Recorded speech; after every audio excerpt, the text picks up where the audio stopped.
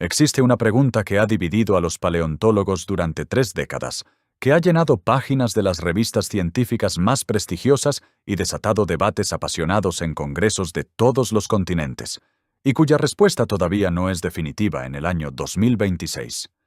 ¿Cuál fue el mayor depredador carnívoro que jamás pisó la superficie de la Tierra?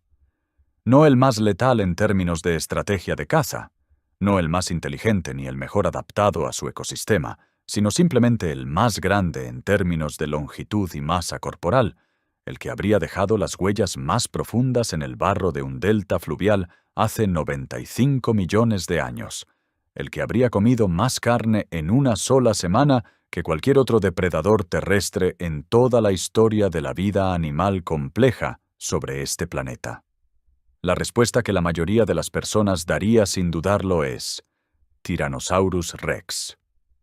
Y esa respuesta, en el estado actual del conocimiento científico, es incorrecta, o al menos incompleta, de una manera que importa enormemente.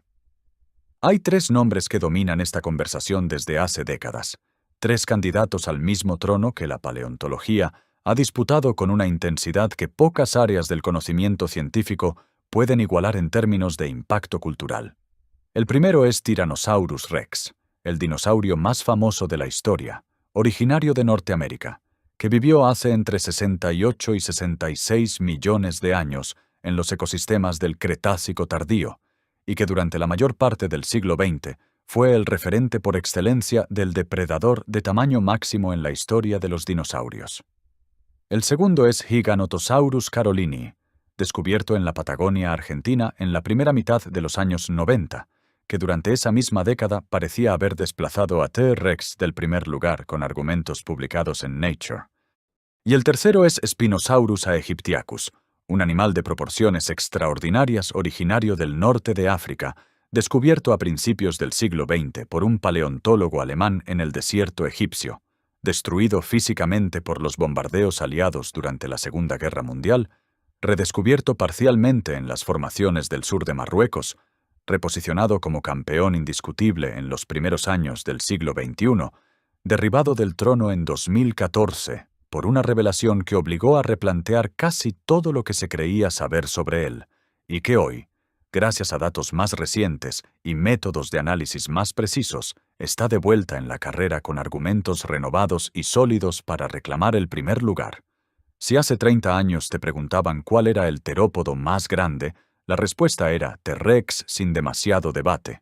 Si te hacían la misma pregunta en 1995, la respuesta había cambiado a Giganotosaurus con el peso de una publicación en Nature respaldándola. Si te la hacían en 2005, la mayoría de los especialistas respondía Spinosaurus, aunque con la advertencia de que el material fósil disponible dejaba márgenes de incertidumbre considerables. Si te la hacían en 2015, apenas un año después de la publicación que sacudió el campo, la respuesta más honesta era que nadie lo sabía con suficiente precisión. Y si te la hacen hoy, la respuesta sigue siendo compleja, pero los datos más recientes apuntan con fuerza en una dirección que resultará sorprendente para todos los que dejaron de seguir esta historia en 2014 creyendo que ya estaba resuelta. Si eres de las personas que crecieron fascinadas por los dinosaurios, si alguna vez hojeaste un libro de prehistoria con la misma atención con que otros leen novelas de aventuras, o si simplemente te interesa cómo la ciencia construye y derrumba y reconstruye el conocimiento a lo largo del tiempo, este relato es para ti, y tiene suficiente para mantenerte enganchado desde este primer minuto hasta el último. Y si quieres que sigamos produciendo este tipo de contenido con la profundidad y el rigor que merece, lo más valioso que puedes hacer en este momento es darle like al episodio y suscribirte al canal.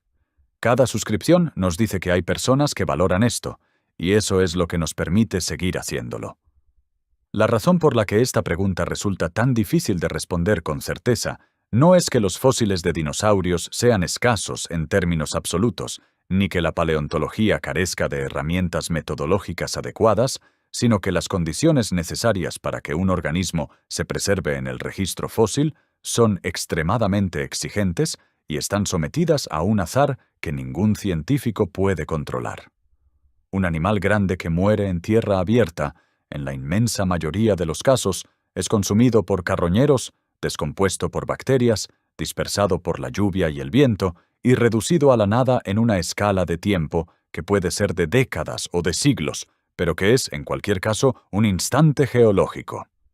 Para que un hueso sobreviva los suficientes millones de años como para ser encontrado por un paleontólogo en el siglo XXI, tiene que quedar enterrado rápidamente en sedimento fino, en condiciones químicas que permitan la sustitución gradual del material orgánico por minerales, en un entorno lo suficientemente estable como para protegerlo de la erosión, la compresión tectónica y la acción del agua durante decenas de millones de años, y luego tiene que ser expuesto por la erosión en el momento justo, en un lugar suficientemente accesible para que alguien lo encuentre antes de que la misma erosión lo destruya. Los grandes depredadores tienen además la desventaja estadística de vivir en poblaciones relativamente pequeñas en comparación con los herbívoros de los que se alimentan, lo que reduce la probabilidad matemática de que sus restos queden preservados. El resultado es que de los 3 candidatos principales al trono del mayor terópodo, ninguno cuenta con un esqueleto completo que permita hacer mediciones directas de su longitud total. ¿Ninguno? Todos los argumentos que han circulado durante 30 años en revistas científicas, documentales y enciclopedias están basados en fragmentos. Una vértebra aquí, un fragmento de maxilar allá, porciones de esqueleto que los científicos combinan con técnicas estadísticas y comparaciones anatómicas con parientes más completos para intentar reconstruir al animal entero, como un rompecabezas del que faltan la mayoría de las piezas, pero del que se conoce la imagen de la caja. Eso no significa que las estimaciones sean arbitrarias o que cualquier número sea tan válido como cualquier otro. Las técnicas modernas de estimación de masa corporal y longitud en dinosaurios son sofisticadas. Están validadas contra grupos de animales vivos de los que se conocen tanto el esqueleto como el peso en vida, y cuando se aplican con rigor producen márgenes de error razonablemente acotados que permiten comparaciones significativas entre especies. Pero esos márgenes de error existen, y en la diferencia entre Spinosaurus, Giganotosaurus y T-Rex, los detalles importan con una precisión que los márgenes de error hacen difícil de capturar en un único número limpio. El debate no es entre aficionados desinformados, es entre especialistas que usan los mejores datos disponibles y llegan a conclusiones ligeramente diferentes porque esos datos siguen siendo insuficientes para resolver la cuestión con absoluta certeza. Para entender por qué Spinosaurus es hoy el contendiente más serio al título de mayor terópodo conocido, hay que entender su historia completa. El descubrimiento inicial en el desierto egipcio, la pérdida catastrófica de los fósiles en la Segunda Guerra Mundial, el redescubrimiento en el norte de África a principios del siglo XXI, la glorificación pública y científica de los años 2000, la revolución de 2014, que lo reposicionó como un animal completamente diferente del que se creía, y la rehabilitación más reciente que lo devuelve al primer lugar con argumentos metodológicamente más sólidos que cualquiera de los utilizados antes. Es una historia que en ciertos momentos parece más propia de una novela de aventuras que de un artículo académico, con expediciones al desierto africano, una guerra mundial que destruye evidencia irreemplazable, mercados de fósiles en el sur de Marruecos y publicaciones en las revistas más rigurosas del mundo que han reescrito lo que sabemos sobre este animal en repetidas ocasiones a lo largo de 2 décadas. Esta es esa historia. Corre el año 1910 y un joven paleontólogo bávaro llamado Ernst Stromer von Reichenbach toma una decisión que sus colegas de la Universidad de Múnich consideran, en el mejor de los casos, excéntrica y, en el peor, una forma elegante de desperdiciar fondos universitarios. Stromer, que tiene 39 años y un currículum que incluye trabajos sobre vertebrados fósiles de Europa y varios viajes de campo, ha decidido que el norte de África, específicamente el desierto egipcio, en una región remota y prácticamente inexplorada en términos paleontológicos llamada Oasis de Baharilla, es un lugar prometedor para buscar vertebrados prehistóricos del período Cretácico y ha convencido a las autoridades de su institución de financiar una expedición a ese destino. El escepticismo de sus colegas era comprensible. El norte de África no tenía en ese momento tradición paleontológica comparable a la de los grandes yacimientos de Europa occidental o del interior de los Estados Unidos.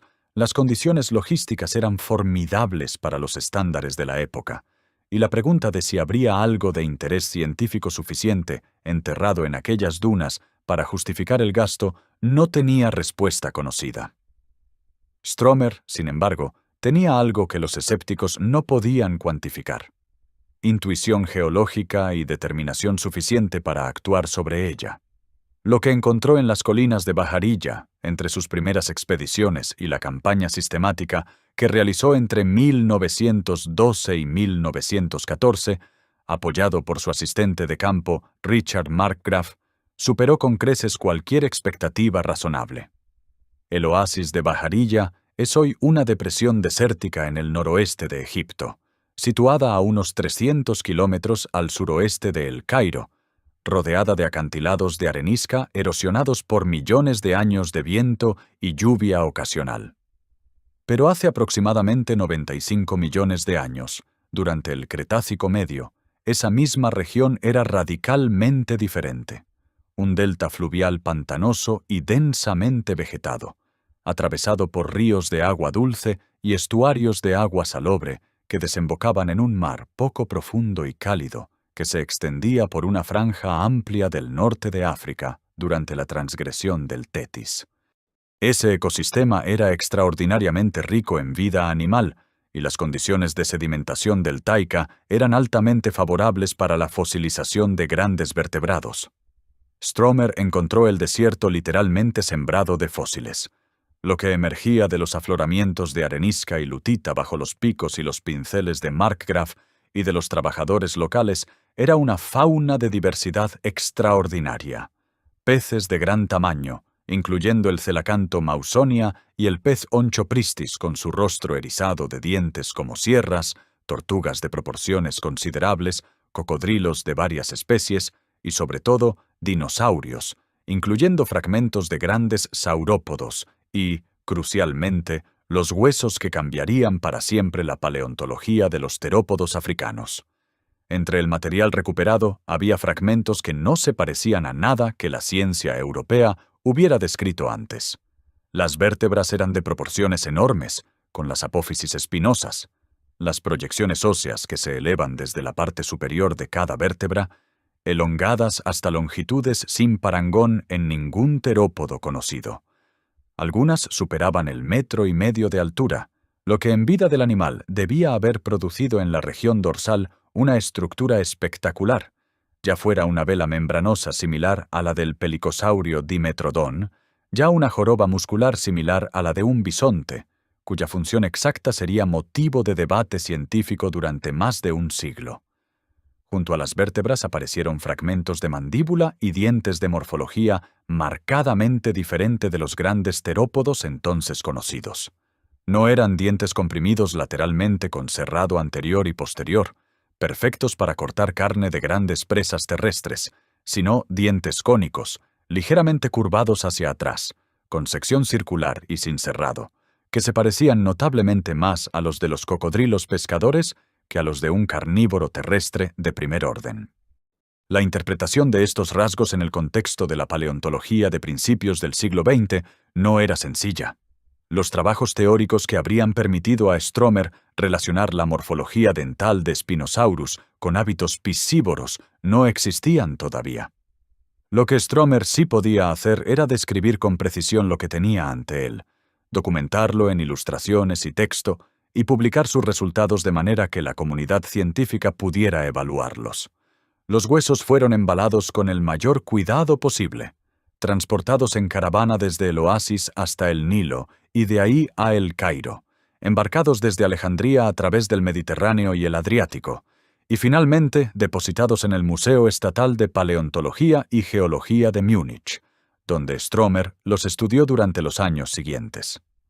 El trabajo de preparación de los fósiles, limpiarlos de la roca que los rodeaba, consolidar el material frágil, numerar y catalogar cada pieza, llevó tiempo considerable, y la publicación científica formal tuvo que esperar al año 1915, cuando el mundo entero estaba ya sumido en los primeros meses de una guerra que Stromer, como la mayoría de sus contemporáneos, no había anticipado en toda su magnitud.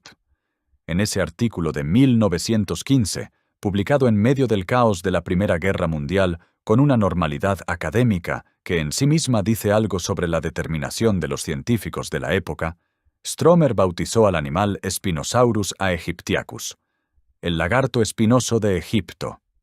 Era un nombre descriptivo y apropiado. Las apófisis espinosas de las vértebras dorsales eran la característica más evidente del material, y Egipto era el país donde había sido encontrado. La descripción posicionaba a Spinosaurus como un terópodo de gran tamaño, potencialmente uno de los más grandes conocidos, pero el material disponible era tan fragmentario que cualquier estimación de longitud o masa corporal era, en el mejor de los casos, una aproximación muy tentativa. Lo que sí quedaba claro para cualquier especialista que leyera el artículo era que Spinosaurus era morfológicamente único, diferente en aspectos importantes de cualquier otro gran terópodo descrito hasta entonces, y que esa diferencia hacía su estudio científico especialmente valioso.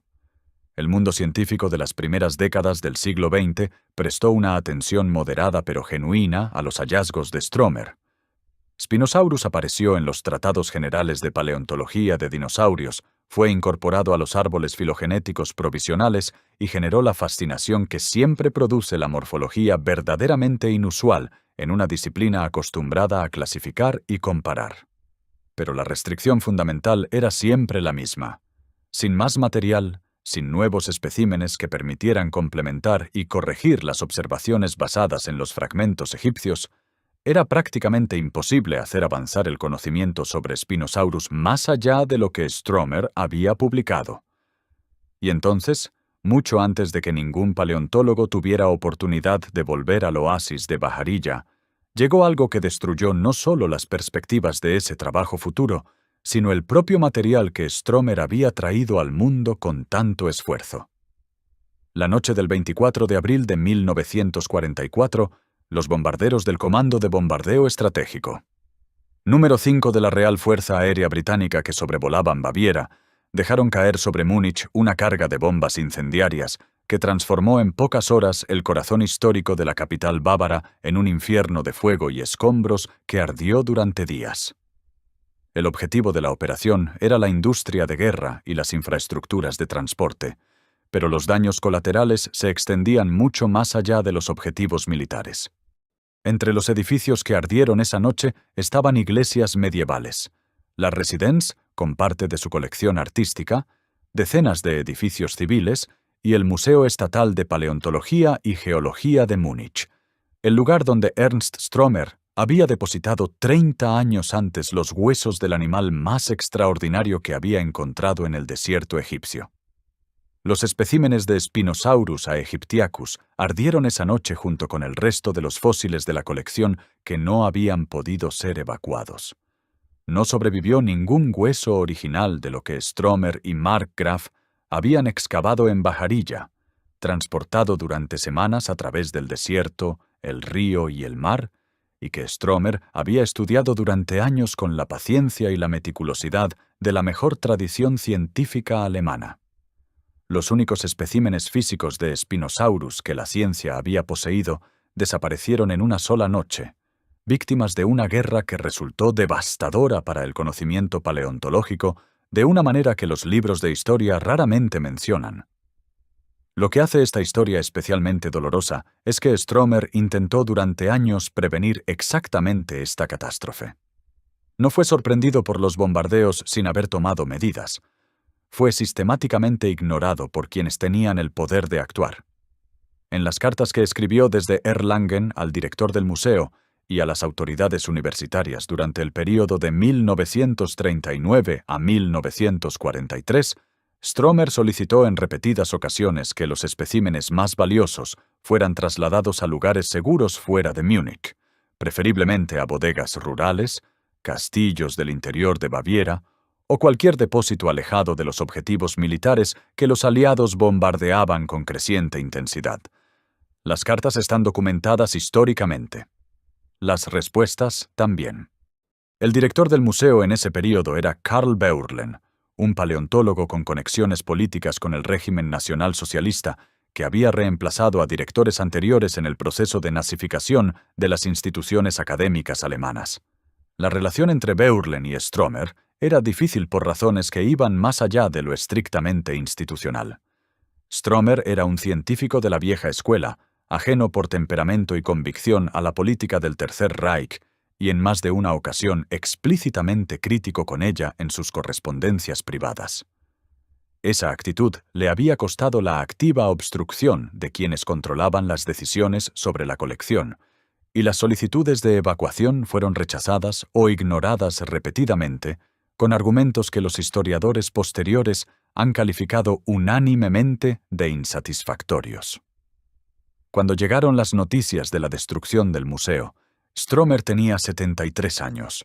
No se conservan documentos de su reacción inmediata, pero en correspondencia posterior con colegas describe la pérdida en términos que combinan la desolación científica con una amargura personal completamente comprensible ante la irresponsabilidad institucional que la había hecho posible. Había dedicado décadas a aquellos especímenes, las expediciones al desierto, el transporte de los huesos frágiles, los años de preparación y estudio, la publicación cuidadosa de las descripciones. Y ahora todo aquello no existía más que en papel. Descripciones textuales, un conjunto de ilustraciones de variable calidad, y fotografías en blanco y negro tomadas con la tecnología de principios del siglo XX, útiles para confirmar que el animal existió y para documentar su morfología general, pero completamente insuficientes para responder las preguntas más importantes sobre su anatomía y sus hábitos de vida. Las consecuencias científicas de esa pérdida fueron profundas y de largo alcance. Sin los huesos originales, sin la posibilidad de reanalizarlos con las técnicas que la paleontología fue desarrollando a lo largo del siglo XX, técnicas histológicas, tomografía computarizada, análisis de isótopos, modelado tridimensional, Spinosaurus quedó reducido a lo que sus documentos en papel podían mostrar. Los investigadores posteriores dependían completamente de las descripciones e ilustraciones de Stromer, que aunque eran sólidas por los estándares de su época, resultaban inadecuadas para la paleontología moderna. No había hueso que medir, no había corte histológico que examinar, no había densidad mineral que calcular. Solo texto e imágenes de resolución insuficiente para las preguntas que los paleontólogos del siglo XXI necesitaban responder. Stromer murió en 1952, a los 81 años, sin ver rehabilitados sus descubrimientos ni una nueva campaña en Bajarilla con resultados significativos. El desierto egipcio fue revisitado en décadas posteriores con resultados decepcionantes. Décadas de extracción no científica de fósiles habían empobrecido considerablemente el registro fósil de la zona, y las expediciones científicas formales que se organizaron a partir de los años 90 encontraron mucho menos material del que esperaban, aunque confirmaron la riqueza general del paleoecosistema del Cretácico medio norteafricano, descrita por Stromer. Para la paleontología de las décadas intermedias del siglo XX, Spinosaurus era simplemente una de esas historias trágicas que la disciplina conoce demasiado bien. La pérdida irreparable de evidencia que ningún esfuerzo posterior puede recuperar completamente. Un animal que fue perdido 2 veces, la primera cuando murió hace 95 millones de años y sus huesos quedaron enterrados en el delta del Cretácico, y la segunda cuando una bomba incendiaria cayó sobre Múnich en abril de 1944 y los convirtió en ceniza. Pero la historia de Spinosaurus no terminó en esa noche. Simplemente entró en un período de silencio del que volvería a despertar, décadas más tarde, con una fuerza que ni los más optimistas habrían anticipado. Si viajáramos a la ciudad marroquí de Erfurt en cualquier momento de los años 90 o de la primera década del siglo 2000 y nos adentráramos en sus tiendas, encontraríamos junto a especias y artesanía local una mercancía peculiar que en pocas ciudades del mundo resulta tan omnipresente. Fósiles. Dientes de tiburón del Cretácico, vértebras de mosasaurio, mandíbulas de pez espada prehistórico, y entre ellos, con una frecuencia que fue aumentando a medida que los años pasaban, fragmentos de hueso inusualmente grandes con una morfología que cualquier paleontólogo con experiencia en terópodos africanos habría reconocido de inmediato. La región del Kemkem, en el sureste de Marruecos, cerca de la frontera con Argelia, había resultado ser una de las formaciones geológicas más ricas en fósiles del Cretácico Medio en todo el mundo, y sus afloramientos de arenisca y lutita estaban siendo explotados informalmente desde hacía décadas por buscadores locales que vendían su material a coleccionistas, turistas y, de manera creciente, a intermediarios que lo revendían a museos e investigadores académicos en todo el mundo. El comercio informal de fósiles es un tema éticamente complejo en la paleontología moderna, y no existe consenso sobre cómo manejarlo dentro de la comunidad científica. Por un lado, la extracción no profesional destruye el contexto estratigráfico indispensable para la interpretación rigurosa. Un hueso arrancado de la roca sin documentar su posición exacta, la orientación del cuerpo, los minerales asociados y la fauna circundante, pierde una parte irreemplazable de su valor informativo. Por otro lado, muchos de los especímenes más importantes de la paleontología del siglo XXI han llegado a los laboratorios académicos a través de este circuito informal, porque las expediciones científicas formales no tienen los recursos ni la presencia permanente en el campo para cubrir la enorme extensión de los yacimientos norteafricanos. Es una tensión real, sin solución perfecta, que la paleontología del norte de África vive con una cotidianidad que sus colegas en regiones con mayor control institucional a veces encuentran difícil de comprender. Fue a través de este circuito que los especímenes más significativos de Spinosaurus del siglo XXI llegaron a los laboratorios donde serían estudiados. Y fue en este contexto científico y comercial renovado que Spinosaurus volvió al centro de la atención global de la manera más espectacular posible. La pantalla grande de Hollywood. Jurassic Park 3, estrenada en el verano de 2001, presentaba a Spinosaurus como el antagonista principal, sustituyendo al T-Rex que había protagonizado las dos entregas anteriores de la franquicia. En la escena más recordada y más discutida, un Spinosaurus adulto y un T-Rex adulto se enfrentan en combate directo, y el africano vence con una facilidad que resultó perturbadora para toda una generación de aficionados a los dinosaurios que habían crecido con T-Rex como el rey incuestionable. El mensaje narrativo de la película era explícito. Había algo más grande que T-Rex, y eso, más grande, vivía en África. La película fue un éxito de taquilla moderado, criticada por sus libertades con la biología de los animales, pero su impacto cultural fue significativo. Decenas de millones de personas en todo el mundo aprendieron el nombre Spinosaurus en el verano de 2001, y muchas de ellas empezaron a hacer preguntas que antes no se habían planteado. ¿Era Spinosaurus realmente más grande que T-Rex? ¿Cuánto más grande? ¿Por qué si era potencialmente el mayor depredador de la historia, no era tan famoso como su rival norteamericano? El interés público generado por la película no era el tipo de atención que los paleontólogos más rigurosos habrían elegido para su disciplina, pero tampoco era completamente desdeñable en términos prácticos. El dinero y la atención fluyen hacia donde existe interés popular, y el súbito interés en Spinosaurus tenía consecuencias reales para la investigación. El contexto científico sobre los espinosáuridos había avanzado considerablemente desde los tiempos de Stromer. A lo largo de la segunda mitad del siglo XX, los paleontólogos habían descubierto y descrito varios parientes del dinosaurio egipcio. Baryonyx walkeri, encontrado en el sur de Inglaterra en 1983, era un espinosáurido relativamente bien preservado, cuyos restos incluían parte del cráneo, el esqueleto postcraneal y, crucialmente, restos de peces en la región del estómago, lo que proporcionaba evidencia directa de hábitos piscívoros en al menos algunos miembros del grupo. Otros espinosáuridos habían sido descritos en Portugal, en Níger, en Brasil y en China, y juntos comenzaban a definir un patrón morfológico reconocible con las características que Stromer había documentado en Spinosaurus: cráneo largo y estrecho, dientes cónicos sin cerrado, nariz retrasada hacia atrás sobre el morro y, en algunos casos, estructuras dorsales elongadas.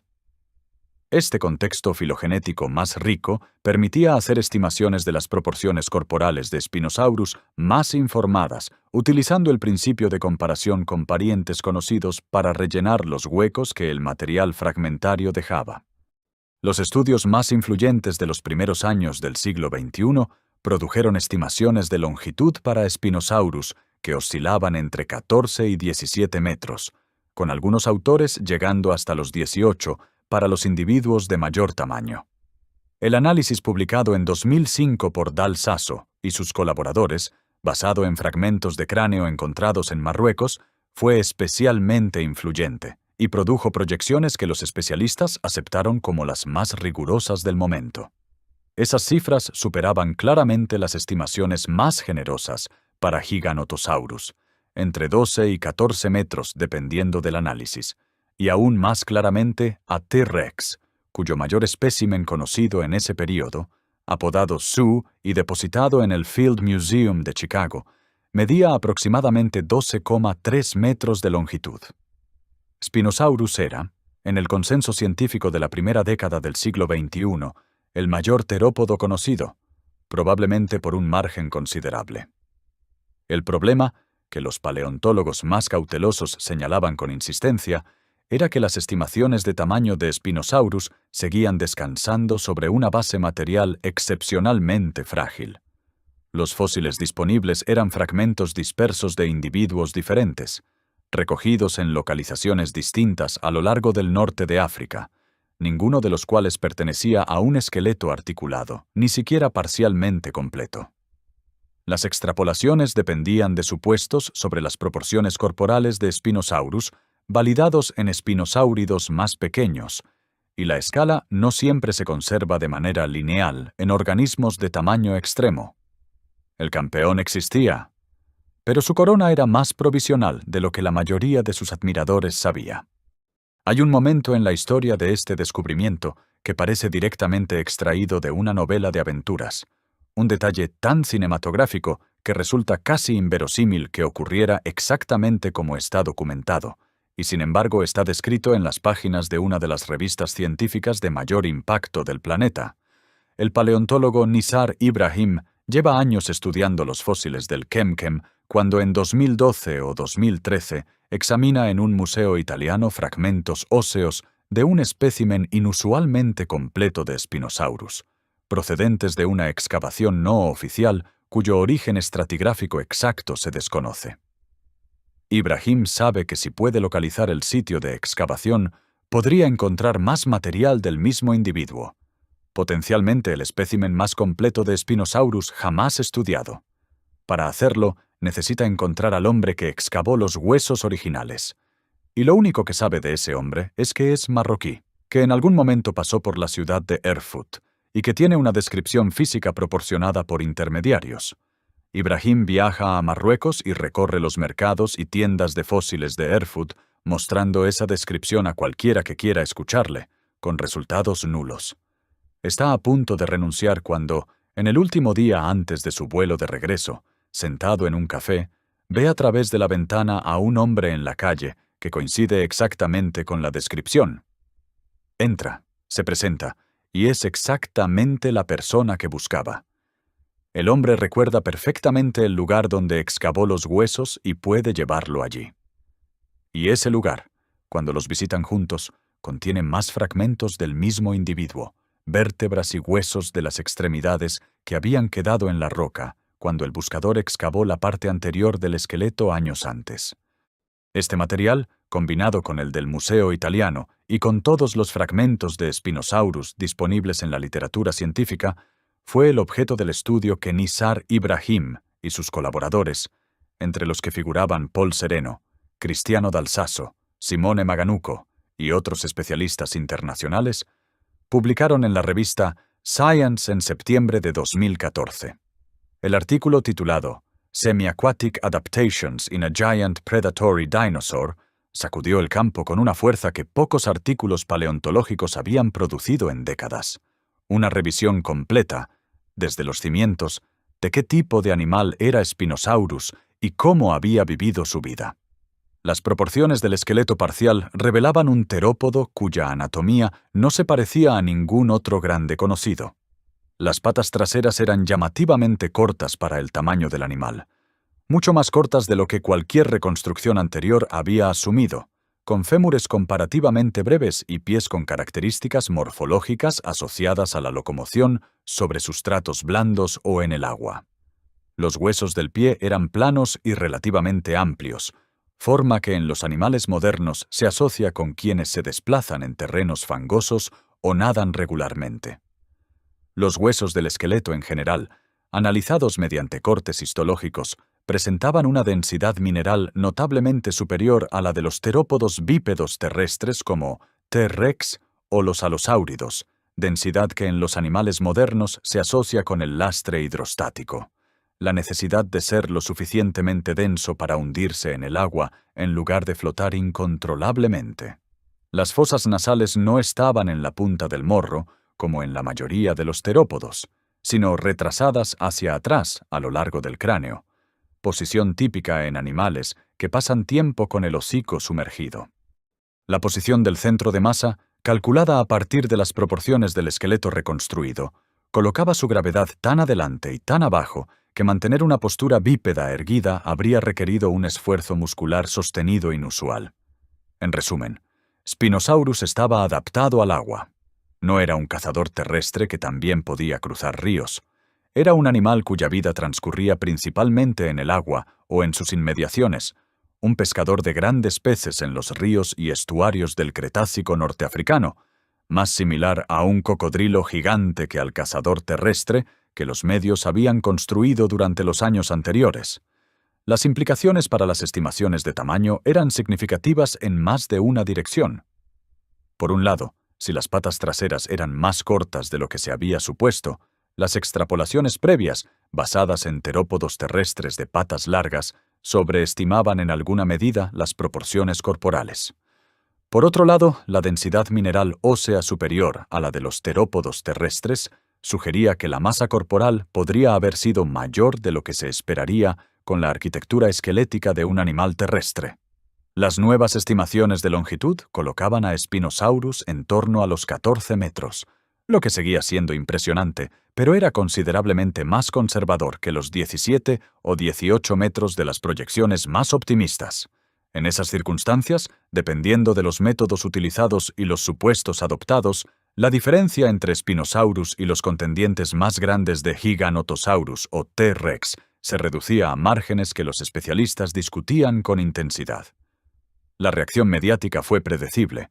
Los titulares proclamaron que Spinosaurus había sido destronado, que T-rex recuperaba el primer puesto, que el africano resultaba más parecido a un pelícano gigante que al asesino que la película de 2001 había presentado. La reacción dentro de la comunidad paleontológica fue más matizada y en algunos aspectos más crítica. Varios especialistas señalaron que el esqueleto parcial descrito por Ibrahim y sus colaboradores, aunque era el material más completo de Spinosaurus jamás estudiado, seguía siendo insuficiente para algunas de las inferencias más atrevidas del artículo y que la reconstrucción de la postura y el modo de locomoción era más especulativa de lo que el tono del artículo reconocía. Era el tipo de debate interno que la ciencia produce cuando un trabajo importante pero incompleto abre tantas puertas nuevas como cierra viejas certezas, lo que nadie anticipó completamente en ese otoño de 2014. Ni los defensores más entusiastas del nuevo Spinosaurus semiacuático, ni sus críticos más escépticos. Es que la historia del animal no había terminado allí. Que en los años siguientes, el mismo grupo de investigadores y otros nuevos, armados con datos adicionales y técnicas de análisis más potentes, volverían a publicar con materiales que obligarían a revisar incluso las conclusiones de 2014 en aspectos cruciales para la cuestión del tamaño. Pero esa parte de la historia pertenece a los capítulos que vienen. Si llegaste hasta aquí, ya tienes suficiente contexto para entender por qué el debate sobre Spinosaurus no es solo una curiosidad de aficionados a los dinosaurios. Es una historia sobre cómo funciona la ciencia real, sobre cómo el conocimiento se construye sobre evidencia siempre incompleta y provisional, sobre cómo cada nuevo hallazgo puede cambiar el cuadro completo, y sobre por qué mantener la humildad intelectual ante las preguntas difíciles es la condición fundamental del pensamiento científico honesto. Escribe en los comentarios qué equipo eres: Spinosaurus, Giganotosaurus o T-Rex. Y si no quieres perderte los próximos capítulos, suscríbete ahora y activa la campana de notificaciones. En el verano de 2019, en los afloramientos de arenisca roja del Kemkem marroquí, un equipo de paleontólogos liderado nuevamente por Nizar Ibrahim y sus colaboradores de las universidades de Detroit, Chicago, Casablanca y Florencia, recuperó algo que nadie esperaba encontrar en ese estado de preservación: una serie de vértebras caudales articuladas en su secuencia original, pertenecientes sin lugar a dudas a un espécimen de Spinosaurus aegyptiacus. No era un hueso aislado, ni un fragmento arrancado de contexto.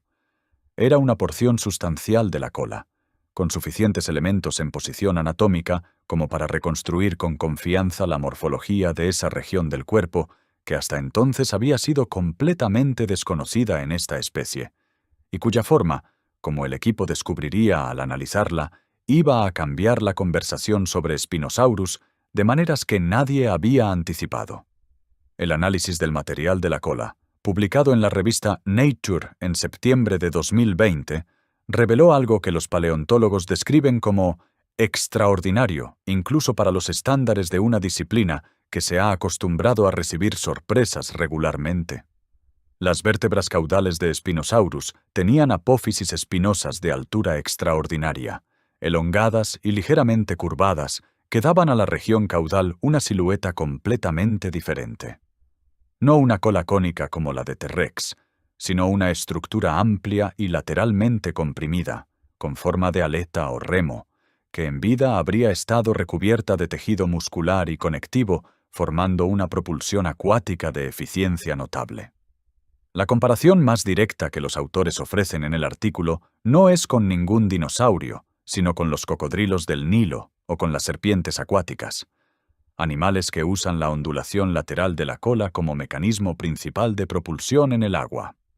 Una cola con esa morfología no es la de un animal que entra al agua ocasionalmente, es la de un animal cuya locomoción acuática está suficientemente optimizada como para representar un rasgo que la selección natural ha mantenido durante generaciones, lo que implica que el comportamiento acuático era regular y evolutivamente relevante. El hallazgo confirmaba definitivamente lo que el artículo de 2014 había propuesto. Spinosaurus nadaba, y lo hacía bien. Pero la importancia de la cola para el debate sobre el tamaño de Spinosaurus no terminaba en la confirmación de sus hábitos acuáticos.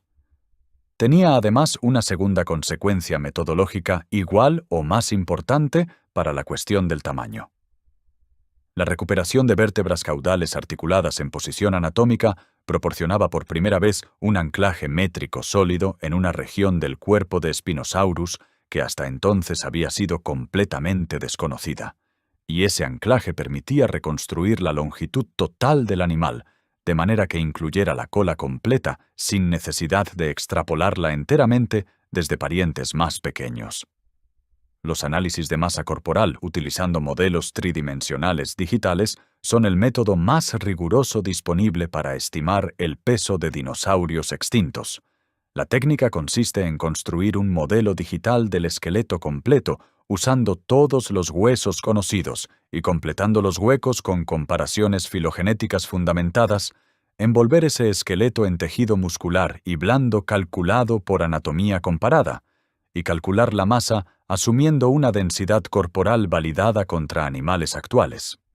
Cuando el equipo de Ibrahim aplicó esta metodología, incorporando la morfología de la cola recién descubierta y revisando los parámetros de reconstrucción a la luz de lo que se sabía sobre la densidad ósea y la composición corporal de Spinosaurus, los resultados apuntaban en una dirección que sorprendió incluso a los investigadores más familiarizados con el material.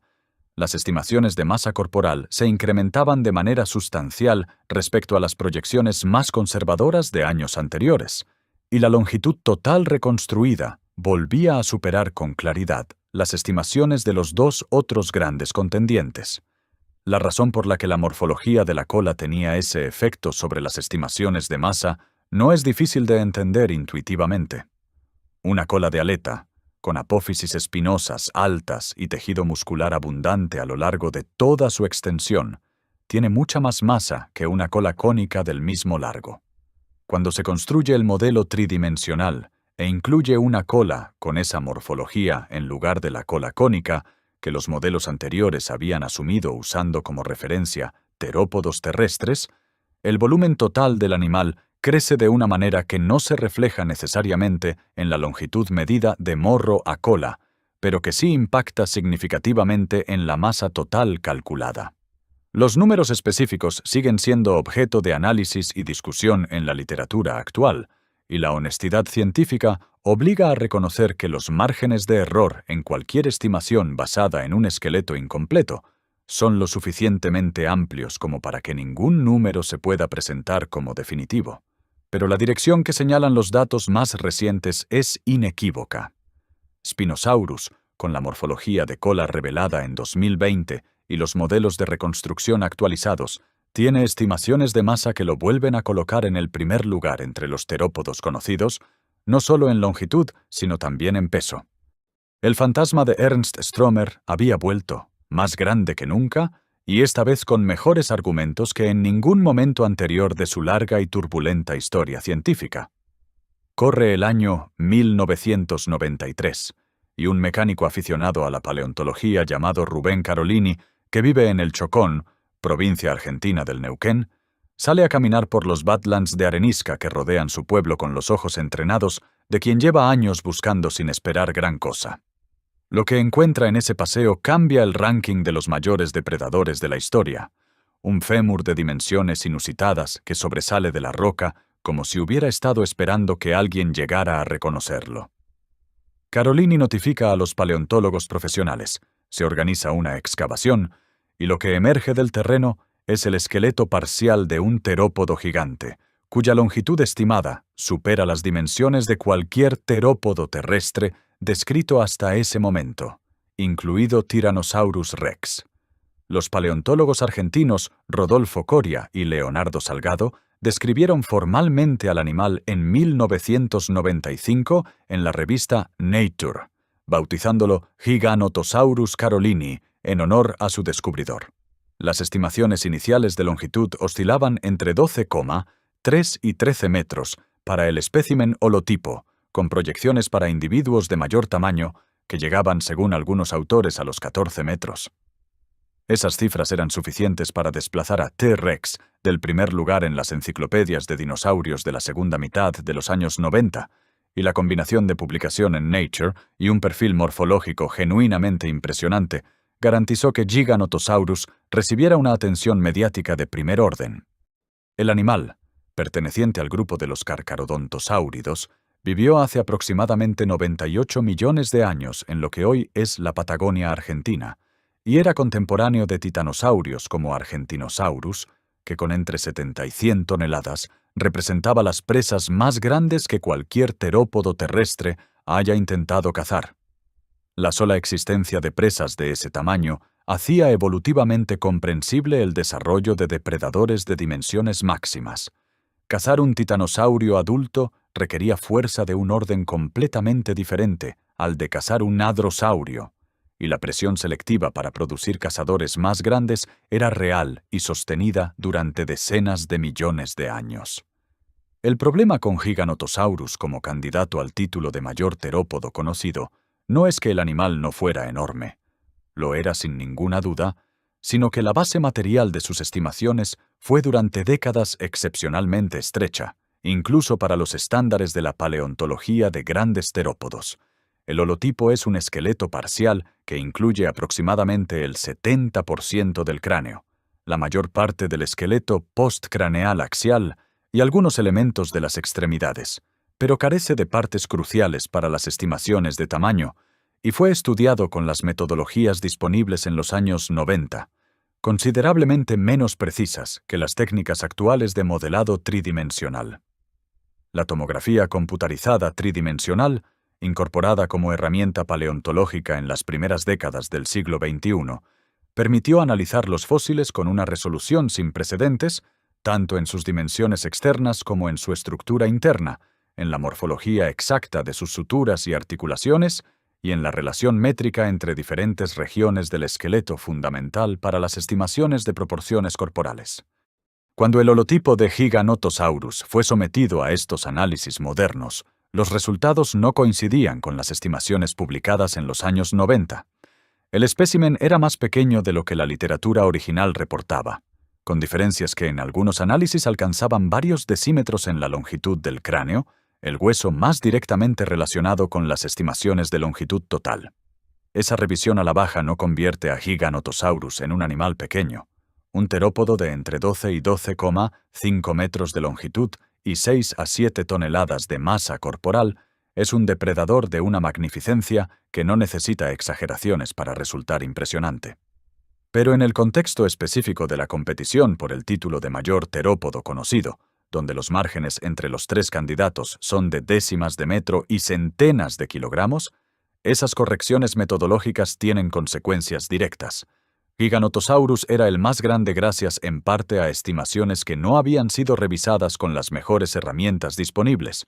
Cuando esas revisiones se hicieron, la distancia entre él y los otros dos candidatos se redujo, y en algunos análisis desapareció o incluso se invirtió. Hay un segundo espécimen de Carcharodontosaurido de Argentina que merece mención en este contexto, aunque técnicamente pertenece a una especie diferente. Mapusaurus roseae, descrito en 2006 por Coria y Curry, era un Carcharodontosaurido de tamaño comparable a Giganotosaurus, o incluso superior en los individuos más grandes del yacimiento de Cañadón del Gato, donde se encontraron fragmentos de al menos 9 individuos diferentes. La posibilidad de que Mapusaurus haya alcanzado longitudes superiores a las de Giganotosaurus o incluso comparables a las de Spinosaurus ha sido discutida en la literatura, pero el material disponible sigue siendo demasiado fragmentario para afirmarlo con la confianza necesaria. Lo que sí confirma la existencia de Mapusaurus es que los Carcharodontosáuridos del Cretácico de Gondwana tenían una tendencia al gigantismo que producía repetidamente animales en el extremo superior del rango de tamaño de los terópodos, y que cualquier análisis serio del debate debe considerar no solo a Giganotosaurus, sino al linaje completo del que formaba parte. Existe una razón por la que Tyrannosaurus rex sigue siendo, en el año 2026, el dinosaurio más famoso de la historia, el más estudiado y el que ocupa el lugar central en el imaginario popular de una manera que ninguno de sus rivales ha podido disputarle en más de un siglo de paleontología. La cantidad y calidad del material fósil disponible para su estudio no tiene comparación con ningún otro gran terópodo. Mientras Spinosaurus es conocido por fragmentos dispersos y Giganotosaurus cuenta esencialmente con un único espécimen parcial como referencia principal, T-Rex está representado por más de 50 especímenes de diferente grado de completitud, varios de los cuales son esqueletos parcialmente completos, con porcentajes de preservación de entre el 50 y el 90% del esqueleto total. Esa abundancia no es una coincidencia. Es el resultado de que T-Rex vivió en el interior del oeste de Norteamérica, cuyas formaciones geológicas del Cretácico tardío han sido exploradas sistemáticamente durante más de 150 años, con los recursos de una de las mayores tradiciones científicas del mundo. Los dos especímenes más famosos de T-Rex tienen nombres propios que la cultura popular ha adoptado con la misma naturalidad que los nombres de personajes históricos. El primero es Sioux, encontrado en Dakota del Sur en 1990 por la paleontóloga Sue Hendrickson, adquirido por el Field Museum de Chicago en 1997 por $8.400.000, el precio más alto pagado por un fósil hasta entonces, y exhibido desde el año 2000 con una preservación extraordinaria del esqueleto. Sue mide 12,3 metros de longitud y tenía en vida una masa corporal estimada de entre 8 y 9 toneladas. El segundo es Scotty, encontrado en Saskatchewan, Canadá, descrito formalmente en 2019, y que con sus 12,3 a 12,4 metros y una masa estimada de entre 8,800 y 9 toneladas, representa el mayor individuo de T-Rex descrito hasta la fecha. Lo que hace a T-Rex un candidato serio al título de mayor terópodo no es tanto su longitud, que en las estimaciones más generosas llega a los 12,5 metros, claramente por debajo de las estimaciones más sólidas para Spinosaurus, sino su robustez extraordinaria. T-Rex no era simplemente largo, era masivo de una manera que ninguno de los otros dos puede igualar. Sus huesos son notablemente más gruesos y densos que los de otros grandes terópodos de longitud comparable. Su cráneo era proporcionalmente el más grande y robusto de cualquier terópodo conocido en relación al cuerpo, y su musculatura mandibular producía la mayor fuerza de mordida documentada en cualquier animal terrestre. Entre 35.000 y 57.000 newtons en los adultos más grandes, suficiente para triturar hueso con la facilidad de una hiena. Esta robustez tiene consecuencias directas sobre las estimaciones de masa corporal que a veces se pierden en las discusiones centradas únicamente en la longitud. Un T-Rex de 12,3 metros puede tener una masa corporal similar o incluso superior a la de un Spinosaurus de 14 metros si las diferencias en la arquitectura esquelética y la proporción entre hueso y músculo son suficientemente grandes. Los análisis más recientes colocan a los individuos más grandes de T-Rex entre 8 y 10 toneladas, según los parámetros adoptados, cifras competitivas con Spinosaurus que en algunos escenarios producen un empate técnico o incluso una inversión del ranking en términos de masa. La diferencia fundamental entre T-Rex y sus dos rivales en este debate es que sus estimaciones descansan sobre una base incomparablemente más sólida, lo que significa que los márgenes de error son más pequeños y la confianza estadística en los números es mayor. Cuando los especialistas dicen que un T-Rex adulto de gran tamaño pesaba entre 8 y 9 toneladas, ese rango está respaldado por análisis de múltiples especímenes con diferentes métodos convergentes que producen resultados consistentes. Cuando dicen que Spinosaurus pesaba entre 7 y 9 toneladas, ese rango refleja no solo la variabilidad real entre individuos, sino también la incertidumbre metodológica que resulta de trabajar con material más fragmentario. Esa diferencia en la solidez de la evidencia no favorece a T-Rex en el ranking, pero sí lo hace más confiable como punto de referencia para cualquier comparación. Imagina que encuentras en el desierto un fragmento de mandíbula de 40 centímetros de largo, perteneciente a un animal del que no tienes más huesos disponibles, y alguien te pide que estimes cuánto medía ese animal en vida. Para hacerlo de manera rigurosa, necesitas un método que te permita ir desde ese único hueso hasta una estimación de longitud total con un margen de error cuantificado y honestamente comunicado. Eso es, en esencia, lo que los paleontólogos hacen cuando trabajan con material fósil incompleto de grandes terópodos como Spinosaurus, Giganotosaurus o T-Rex, y entender cómo funciona ese proceso es fundamental para comprender tanto el valor como las limitaciones de todos los números que han circulado en este debate durante 30 años. El método más antiguo e intuitivo es la extrapolación por comparación con parientes cercanos. Si conoces la relación entre la longitud del fémur y la longitud total del cuerpo en un grupo de animales relacionados, y mides el fémur de un nuevo espécimen de ese grupo, puedes estimar su longitud total aplicando esa relación. Este método puede producir estimaciones razonables cuando el espécimen es morfológicamente similar a los parientes de referencia y estos están bien representados en la muestra. Pero tiene limitaciones importantes. Las relaciones métricas entre diferentes partes del esqueleto no son perfectamente constantes debido a la alometría, el cambio en las proporciones corporales a medida que el organismo crece o el linaje evoluciona hacia mayor tamaño. Y cuando se extrapoló a un animal del tamaño de Spinosaurus, usando como referencia espinosáuridos considerablemente más pequeños como Baryonyx, la incertidumbre acumulada fue suficiente para producir errores de estimación de varios metros. La tomografía computarizada tridimensional, incorporada como herramienta paleontológica a partir de los años 2000, cambió el panorama metodológico de manera significativa. Permite obtener imágenes digitales de la estructura interna de los fósiles con resolución submilimétrica, construir modelos tridimensionales virtuales con una fidelidad que la fotografía convencional no puede alcanzar, corregir deformaciones sufridas durante la fosilización, aplastamiento, torsión, compresión diferencial y combinar elementos de diferentes especímenes para producir reconstrucciones compuestas del esqueleto completo. El método de estimación de masa corporal más robusto actualmente disponible es el de mínimo perímetro de la extremidad, desarrollado por John Hutchinson y colaboradores, combinado con técnicas de modelado volumétrico tridimensional que construyen un modelo del cuerpo completo, con tejidos blandos estimados por anatomía comparada, y calculan la masa asumiendo una densidad corporal validada en animales vivos. Estos métodos, aplicados a T-Rex, con sus múltiples especímenes de referencia, producen estimaciones con márgenes de error de aproximadamente más o menos el 20%. Cuando se aplican a Spinosaurus con el material disponible actualmente, los márgenes de error son considerablemente mayores, aunque la publicación de la cola en 2020 redujo esa incertidumbre al proporcionar un ancla métrica sólida en una región del cuerpo que antes era completamente especulativa.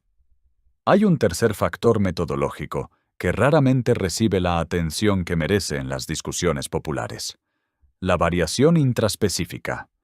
Los dinosaurios, como todos los vertebrados, mostraban variación de tamaño dentro de la especie.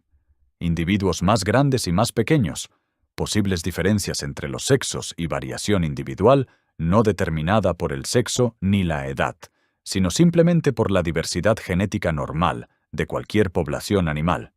Los fósiles encontrados representan individuos específicos dentro de esa distribución de tamaños. Cuando se dice que T-Rex medía entre 11 y 12,5 metros, ese rango refleja en parte la variación real entre individuos de la especie, no solo la incertidumbre metodológica. Lo mismo ocurre con Spinosaurus y Giganotosaurus, con la diferencia crucial de que para T-Rex tenemos suficientes individuos para estimar esa distribución con cierta confianza, mientras que para los otros dos la muestra es tan pequeña que cualquier afirmación sobre el rango de variación intraspecífica es especulativa. El resultado de todo esto es que el debate sobre el mayor terópodo no es resoluble con la evidencia actual de una manera que produzca una respuesta única, limpia y definitiva que todos los especialistas acepten sin reservas. Lo que sí es posible hacer, y lo que los mejores análisis actuales hacen, es establecer rangos de probabilidad que indican cuál de los candidatos tiene mayor probabilidad de resultar el más grande cuando se tiene en cuenta toda la evidencia disponible y sus respectivos márgenes de incertidumbre. Y cuando se hace ese análisis con los datos más recientes, Spinosaurus emerge como el candidato más probable al primer puesto en términos tanto de longitud como de masa, aunque la diferencia respecto a los individuos más grandes de T-Rex, en términos de masa, no es lo suficientemente grande como para resultar estadísticamente concluyente con la evidencia disponible. Hemos recorrido más de 100 años de historia científica en los capítulos anteriores, desde las dunas del oasis de Bajarilla, en el Egipto de 1912, hasta los laboratorios de tomografía computarizada de las universidades de Chicago y Casablanca en la tercera década del siglo XXI, y hemos visto cómo la pregunta de cuál fue el mayor terópodo ha tenido respuestas diferentes en cada generación científica, y se ha resistido obstinadamente a cualquier intento de resolverla de manera definitiva. Pero resistirse a una resolución definitiva no es lo mismo que ser irresoluble, y el estado actual del conocimiento es considerablemente más rico y matizado que el de cualquier momento anterior. Es el momento de hacer un balance honesto de lo que sabemos y de lo que todavía nos falta.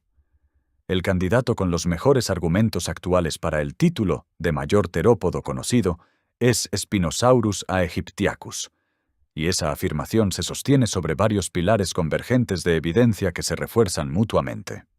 En longitud estimada, las reconstrucciones basadas en los especímenes disponibles, incluyendo el material de la cola publicado en 2020, producen estimaciones consistentemente en el rango de 14 a 14,5 metros para los individuos conocidos, con la posibilidad de individuos más grandes que podrían haber superado los 15 metros si la variabilidad intraespecífica de Spinosaurus era comparable a la de otros grandes terópodos.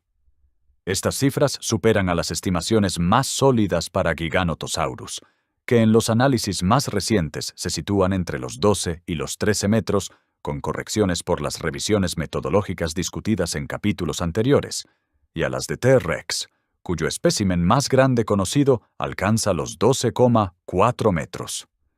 En términos de masa corporal, la situación es más equilibrada, pero sigue favoreciendo a Spinosaurus en los modelos más actualizados.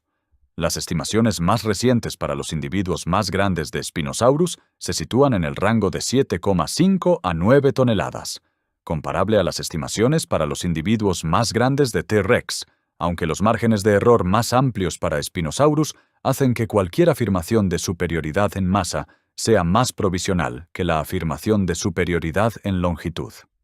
Si la pregunta es ¿cuál era el más largo?, la evidencia favorece a Spinosaurus claramente.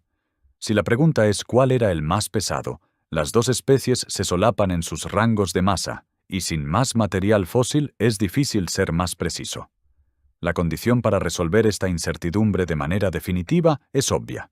La paleontología necesita un esqueleto completo o casi completo de Spinosaurus, un espécimen articulado que incluya el cráneo, la columna vertebral completa, las costillas, la cintura escapular, los huesos de los miembros anteriores y posteriores, y la cola, todo en posición anatómica original y preferiblemente con indicios de tejidos blandos. Con un espécimen así, las estimaciones de longitud y masa tendrían la misma confiabilidad que las de T-Rex, y la pregunta sobre el mayor terópodo tendría finalmente una respuesta que pudiera sostenerse sin los signos de interrogación metodológicos que hoy la acompañan inevitablemente. ¿Existe ese espécimen en algún lugar? La pregunta no es retórica. El norte de África durante el Cretácico Medio era un delta fluvial con condiciones altamente favorables para la preservación de grandes vertebrados, como demuestra la extraordinaria diversidad faunística que los paleontólogos han encontrado en las formaciones marroquíes y argelinas del Kem-Kem. Las formaciones del oasis de Baharilla no han sido exploradas sistemáticamente con metodologías modernas, en parte porque el acceso a las regiones más productivas de Egipto, Marruecos y Argelia ha sido intermitentemente difícil por razones políticas y logísticas, y en parte porque los recursos disponibles para expediciones paleontológicas en África del Norte siguen siendo modestos en comparación con los que se dedican a las grandes formaciones del Cretácico en Norteamérica o Asia. Hay motivos genuinos para el optimismo. La colaboración entre paleontólogos marroquíes y europeos ha crecido sustancialmente en los últimos 15 años, con instituciones como la Universidad Hassan II de Casablanca y el Museo de Historia Natural de Berlín liderando expediciones conjuntas con resultados notables. El desarrollo de técnicas de prospección remota, fotografía aérea de alta resolución, análisis de imágenes de satélite, modelos digitales del terreno, permite identificar afloramientos prometedores sin necesidad de recorrer el terreno palmo a palmo, multiplicando la eficiencia de las expediciones de campo. Y la creciente conciencia entre las comunidades locales del norte de África sobre el valor científico y económico del patrimonio paleontológico está generando gradualmente mejores condiciones para la colaboración entre investigadores académicos y los buscadores de fósiles locales, cuyo conocimiento del terreno es a menudo insustituible. La lección más grande de esta historia, sin embargo, no es sobre Spinosaurus, ni sobre Giganotosaurus, ni sobre T-Rex. Es sobre la naturaleza del conocimiento científico, lejos de la imagen simplificada de un proceso lineal que avanza de la ignorancia hacia la certeza. La historia del debate sobre el mayor terópodo es la historia de cómo una pregunta que parecía resuelta en los años 90 resultó estar apenas planteada, de cómo la evidencia fragmentaria puede producir consensos que una sola pieza nueva es capaz de derribar, de cómo las herramientas metodológicas que una generación considera definitivas son superadas por la siguiente, y de cómo los científicos que trabajan con honestidad en este campo producen no solo respuestas, sino también mejores versiones de las preguntas que sus sucesores podrán responder con mayor precisión. Spinosaurus aegyptiacus vivió hace 95 millones de años en un planeta que no se parecía al nuestro, en un ecosistema que ya no existe, con presas que se extinguieron en esa misma era. Todo lo que sabemos lo sabemos a través de huesos fragmentarios, de la inteligencia y paciencia de los científicos que los estudiaron y de las herramientas que la tecnología moderna ha puesto en sus manos. Es posible que nunca sepamos con absoluta certeza si era el animal más grande de los tres, o si en algún lugar del Cretácico del norte de África existió un individuo todavía mayor que todos los que conocemos. Lo que sí sabemos es que fue un animal extraordinario, que su historia científica es una de las más fascinantes de la paleontología del siglo XXI, y que las preguntas que quedan abiertas son exactamente la razón por la que vale la pena seguir buscando. Si esta historia te ha enganchado desde el primer capítulo, si has llegado hasta aquí con la misma curiosidad con la que empezaste, entonces ya sabes que esto es exactamente el tipo de contenido que seguiremos produciendo en este canal.